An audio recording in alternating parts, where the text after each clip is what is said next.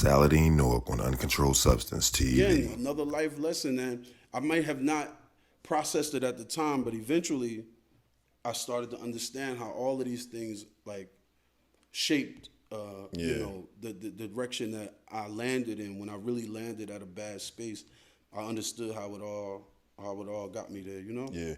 And I don't want to fast forward with your story, but it is kind of,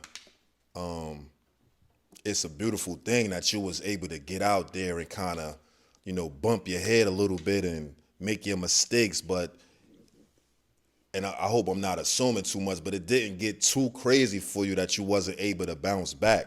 Because a lot of times, some of our peers, they're not able to reel it back in. Yeah. But I guess I wouldn't say unscathed, but you made it through, you know, your record intact, your name intact.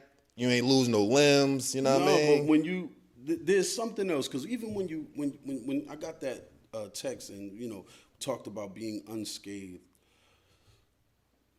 I don't, you know, how a person becomes, or everybody suffers. Everybody suffers from that. Exactly. You know what I mean? Like you just said, some people have lost a limb, some people done went to prison, some people have done this, that, and the third.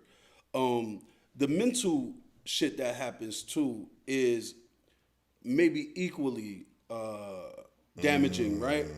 Because I ended up, you know, you're talking about a time in the 90s where the biggest thing, or one of the biggest things, is drinking 40s and, you know, smoking weed. This is what we did, like, regularly. You know, a lot of us walked out with habits that turned into other habits. Much deeper that got things. ugly habits, right? Yeah.